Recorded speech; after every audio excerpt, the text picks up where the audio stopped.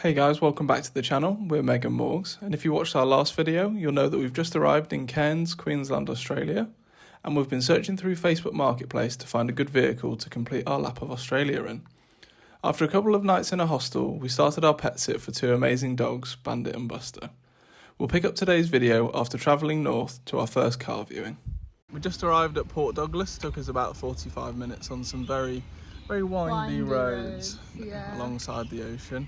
And my driver was driving very quickly as well, so the combination was a bit of a stomach churner. But we're here now. I think we're both feeling like a nervous excitement sort of feeling. Yeah, and I think also like it's such a big weight on our shoulders at the moment. So we know like as soon as we get it sorted, like the adventure begins, and we can actually like take a minute to breathe properly. Yeah, because because like I said to you before, I've just been spending like the past week or so basically, and even before we got here when we were in Indonesia, I was messaging people, and then we were deciding whether we want to get a van or a four-wheel drive, or you know what the plan is, and we're pretty much set on the four-wheel drive now, obviously depending on what happens here, but like basically, we said before, we've got a viewing today, which is our number one. We've got a viewing tomorrow, which is our number two, and then we're seeing a van on Saturday, which is number three. So if today doesn't go well, we do have backup plans in place, but obviously this is our number one, so hopefully everything goes okay, and we'll be driving ourselves back, but you know. Yeah, we'll see how it goes. But basically the idea behind it is just that we want to have sort of like a lot more freedom, and you know, Australia's got a lot of off-road roads, especially if you get up to like across to Western Australia. And like we'll be able to, if we get a four-wheel drive, we can like take it ourselves to Fraser Island, and just things like that. So this is our number one option, so we'll let you know how it goes. Yeah, fingers crossed. But they're just on the way now. We got here a bit early, so we're just sitting by the sea. And also, Port Douglas is really nice. It's a very pretty little town. There's this like gorgeous church by the ocean that you can get married in, and there's a big window at the back, so you get married, and then there's the view of the ocean behind you. Like it's very nice. Maybe I'll show you inside, but yeah, just waiting for them to arrive. Well, I think that was successful. Yeah, I think so. So we have arranged to meet them tomorrow in Cairns City Centre at the transport office, so it will be ours. The only thing is, we thought, well, very optimistic. We were hoping that we kind of could sort it all out today and drive it back, but they live nearby to Port Douglas, so they'd have to get like accommodation back, and they're working in a couple of hours, and just all like real life things where people have responsibilities and commitments, whereas Megan and I have had none for the past 9 months. We do actually. We've got two dogs that we're that's true. For. But right now we don't. Yeah. Not really. But yeah, so we're basically just having a walk around Port Douglas now. Yeah, it's a nice little port town. There's like one strip of loads of shops and things, so we're just having a look because it's Black Friday sales. But yeah. So it's going to be sorted. We're ready for it to be sorted. Yeah, just because it is a bit of a toll on your mind when you've got like a deadline that you have to sort like a car or a van or something from. Friday, so the transport office is closed Saturday, Sunday, and we want to leave on Sunday. So it's like all those things that are sort of out of our control. So if it's done tomorrow, I think we'll both be very happy and feel relieved. Exactly, that's the thing. We're just looking forward to having it done now, and then it means that the adventures can start basically. Yes.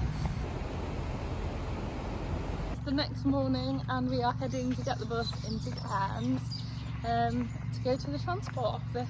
Yeah, hopefully everything goes well and we can sign over on the car, and I really hope so. It's exciting. I think everything should be fine and go ahead, because we've got like our visas, we've got our passports, everything. Driver's licenses. So yeah, hopefully everything goes well and smoothly. And just like that, we are car owners. Yeah, it feels surreal after so long. Yeah, it's kind of been a little bit stressful, not because it's been difficult, just trying to find the right vehicle. You know, whether we wanted a van, whether we wanted four-wheel drive, you know. whether we wanted a car, all those different options that you have available to you. But you know, you got to think like, am I making the right decision for what we want? And yeah. And then we spent, so obviously this morning, last time we spoke to you, we were heading to the transport office. So we filled out some paperwork. So we had to fill out one form to become basically a registered owner in the state. And then we also had to fill like a transfer of ownership form out, which was really lucky that the guys who were selling the car came with us, because they said that often they don't, and you need their signatures. Yeah, it's a lot easier basically if you do it together. So if you're buying a car or selling a car in Australia, or it's like the first time, well, whatever. The thing is, it's like different in every state as well. Yeah. So we're in Queensland, but yeah, and then we had to pay some tax. So basically, it's dependent on like the size and the model of the car, how much tax you pay, and then how much it costs, and how much the car's worth, and how much you bought it for. Yeah. So we paid like $3 for every $100 maybe. Yeah, something like that. But it depends on what you buy, and then what you write down as how much you bought it for and stuff like that. Because what do you mean? Well, like people like fix the prices and things. I'm not trying to lie to anyone, but lots of people lie about the prices of the vehicle that they're buying in order to pay less of that government tax, basically. Another thing that I wanted to have sorted before we left Cairns was a gym membership or something of the sort. Throughout Southeast Asia, I've been sort of using like the walk-in prices. But in Australia, for example, that would probably cost me like $15 for a walk-in into the gym. So I basically went into the Anytime Fitness nearby to where we're staying, just because Anytime Fitness have the most locations around Australia, and also with their memberships. If you're somewhere like far away from gyms for a while, say like we've got 3 weeks where we won't be able to be in an area with the gym, you can pause the memberships as well, which is really handy. But yeah, there's loads of locations all down the east coast where we'll be driving next, and around Australia.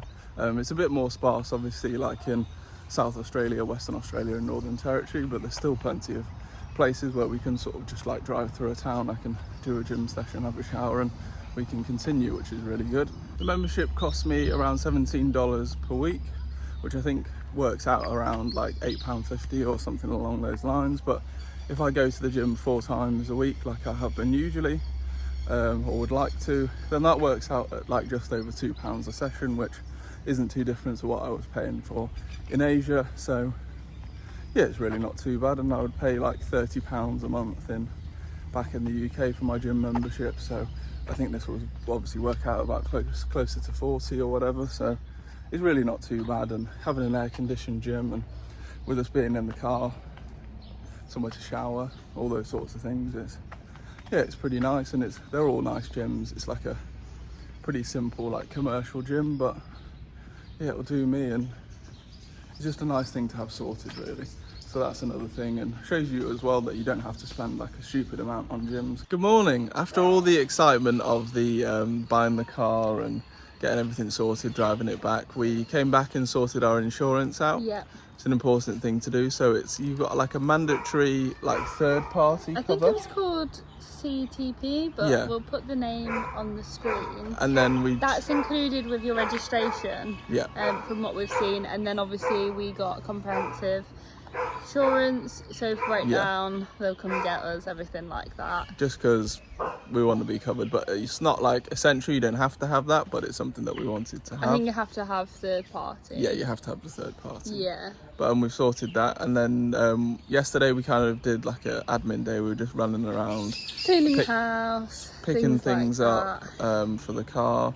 Ideally, we would have had a couple more days just to like slowly get ready, but it is what it is. And yeah, we're fortunate enough to have found the car that we really wanted, and also like been at the pet sit, not having to pay for accommodation. I mean, we have been looking after the dogs and the house and everything like that, but it's been a win-win really. It is a win-win really. But so we're going to do a couple of bits on the car. So we bought an awning.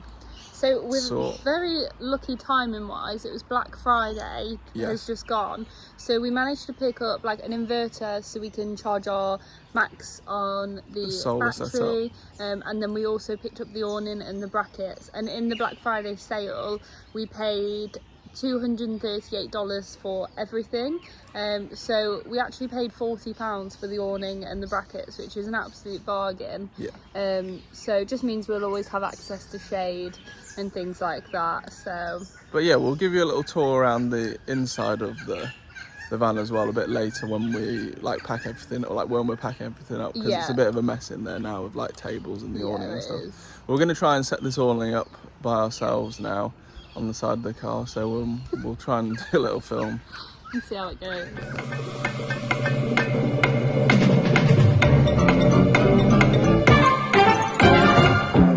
And just like that, the awning's fitted. We would have Not never, by us. no, we would have never ever been able to do that without the help of our neighbour. So we're very I walked grateful across to him. and he had an awning on his car, and I was like, I don't suppose I could just borrow your brain for a minute. Yeah, because he's got one of those massive. He managed to bring massive, his tools over and help us. and he used like an impact driver with the socket wrench thing on, and it was like way more difficult than the King's YouTube channel video. Literally they on the just video, did like a wrench and they were the guy was done. just like, just tighten the things and then you get done. Yeah, we're not very DIY savvy either, I would say. No, and like, but anyway, it's done now. Yeah, done. She's up, ready to be used. You know, one of those jobs that you think is going to take 20 minutes and then it takes like an hour and a half. Yeah, I don't even know what time we started. But it's done now. It's still like not late in the day or anything. Like, it's mid-morning, so yeah, it's 11:15. all right, I think we started at like 9:30 or something like that. But he said on the video that it should take 15 minutes to do. Yeah, done. Done now. On to the next job. Okay, so the next job is to fit this inverter to the battery which is connected to the solar panel, to basically so that we could charge our MacBooks through that little plug socket in the front.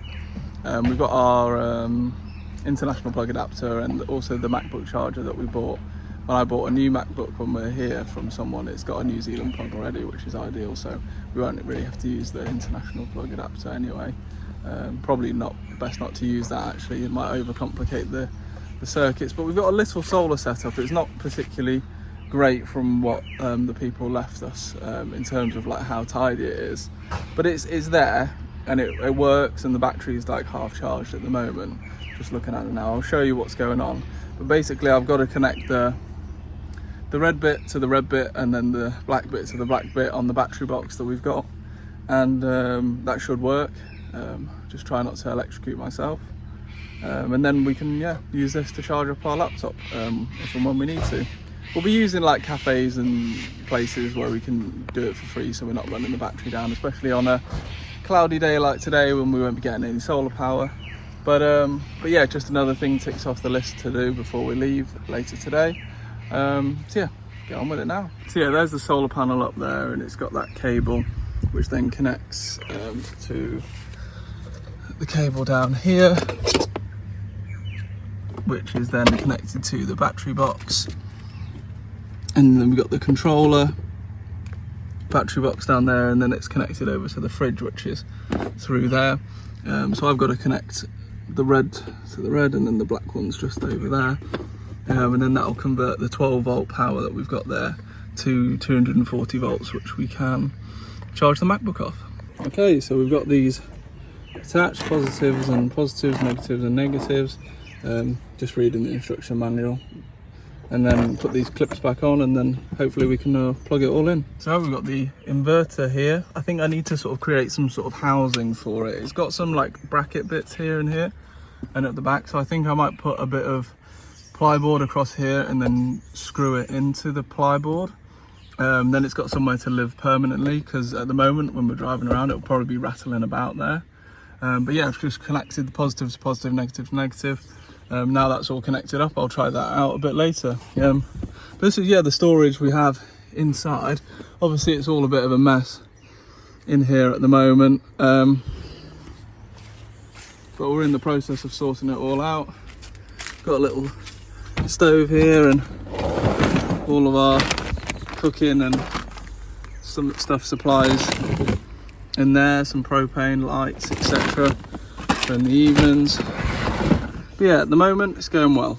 The rain has arrived, but I think we're pretty much close to being ready to go. Yeah, almost there. We've just packing the understory.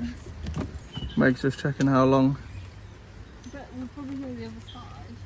I think we're going to lay with our feet facing the other way, but Meg's going to...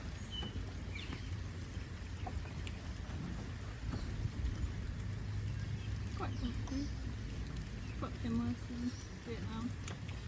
Right, it's tour time. Yeah, we're all packed up and ready to go. So, give you a little tour. We've managed to fit all of our stuff in with like the cooking pots and pans and things like that. And yeah, so here we've got, that's just like a day bag. We've got some chairs which we bought. This is like a sun shade cover thing. Yeah, for the front. And then for the front and side windows. And then also like it might act as a good like shade for the night time. Yeah, like privacy. We're going to try and work out what's the best thing to do for that when we're sleeping. So in these drawers, these two are going to be like down this side is like the cooking stuff, and that's our like belongings. Yeah. So we've got like the pantry box there was sort of like all dry goods and stuff. And then here is our little gas stove. Yeah. It's only a 1 burner one. We think we're going to upgrade to a 2 burner just so like for like pasta dishes, so you can cook your pasta and the stuff that you want to go in it on the side. It's just a lot better to have 2. This is like miscellaneous, so like snorkels, towels, that sort of thing, like our hiking shoes, yeah, etc. Let me pack this back up and I'll show you around the other side. Obviously you've seen the bed already. So you've beautiful awning that's on the roof. Yeah, you've seen the awning that we did all by ourselves earlier. We filled up the water tank, so we've got 30 litres of water. It's probably not going to be like used, like we're not going to need 30 litres at the moment, but that's the sort of thing that's useful to have if you're in like Western Australia, Northern Territory or in the outback. And just to get into the habit of filling it now whilst we don't need it. Yeah, and also like if we're at like free camps and stuff like that, well obviously you can use that water which we got straight out of the tap to like fill up our pot and then boil some water. Yeah. That sort of thing. Here we've got a fridge which will run off the battery, which is being charged by the solar. Yeah. We've got kind of pretty overcast sort of weather at the moment, so we need to make sure that we're not using too much like power and things like that, but the battery is already like pretty nicely charged and stuff like that, so should be good to go. We've got the opportunity to upgrade the setup as well, so the battery runs off the so it charges while we drive, yeah, basically. So it runs off the alternator, so the alternator will charge our car battery and this one at the same time. Yeah. So that's something that we'll think about upgrading to. It'll be like another 100 quid. So but we'll see how it goes. Yeah, exactly. We'll see how much power the fridge draws and the inverter when we're charging the MacBooks, etc. No worries. We've got a little bit of storage down here just for like our shoes, spare shoes. Yeah. And then on the other side is the solar setup, which I went through with you earlier. Yeah, so on this side... So the only bad thing about this solar setup at the moment is that it has to like run through the window. Yeah. Usually you have like a little hole that's drilled through the roof and it will run through. But then the thing is with the hole, then you have to like waterproof it and all that sort of stuff. So we'll see how we get on with running it through the window, and then we might make an adjustment to it. But yeah, the whole solar setup, the inverter's in there now. And like I said earlier, we might like make a mounting for the inverter so that it's like in a solid place for like when we're driving, so it's not bouncing around and stuff like that. But yeah, other than that, I mean, just got all our stuff. Our bags are at the back and got our clothes in this one here. This is like a little sink to do some washing up, and yeah, we're pretty much ready to go. It's just all about sort of like finding the little space that you have and like filling it with the stuff that you need. Yeah, like for example, mirror, eye masks. Yeah. And then we could put something in here. We've got like a little cup holder. Just making the most of all those spaces. Talk through a really rough plan. We're leaving here, Cairns.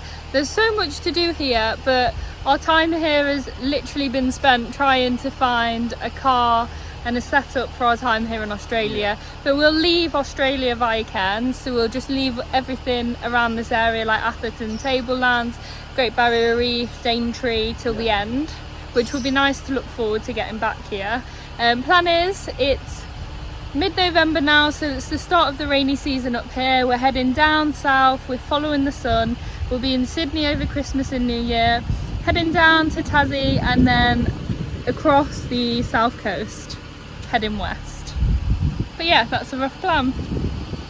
We've already hit our first teething problem, so we've strapped our like camping table onto the roof with some ratchet straps, and when we go anything above sort of like 30 kilometers an hour, it starts jumping about and jangling around, so that's definitely gonna have to come in, and we'll have to find a space for that.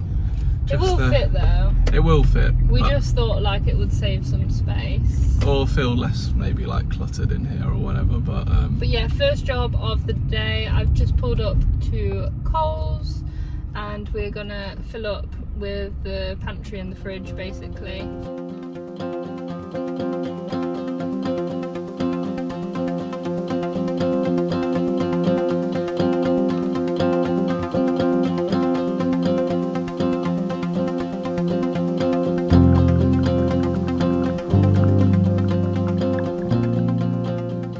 At our free camp for the night, so we found it on Wiki Camps. It was very easy to do. We kind of just filtered by camp spots and then free, and yeah, it's a nice little place. Yeah, Said it had like room for 15 cars or whatever, but there is plenty of room. There's like 9 cars or like campers here, and it's just nice little like creek. It'll do. Yeah, for our first night sleeping in the car. We're just going to put some dinner on now. So this is our toilet situation. I mean, for a free camp, having a sink and a couple of toilets is ideal, really, to have these facilities, be able to get up in the morning and actually go to the toilet rather than having to, I don't know, dig a hole in the ground or something. I'm not sure what we'd do, but yeah, just show you what they look like. But yeah, the little sink there and disabled toilet. I mean, it's not anything special, but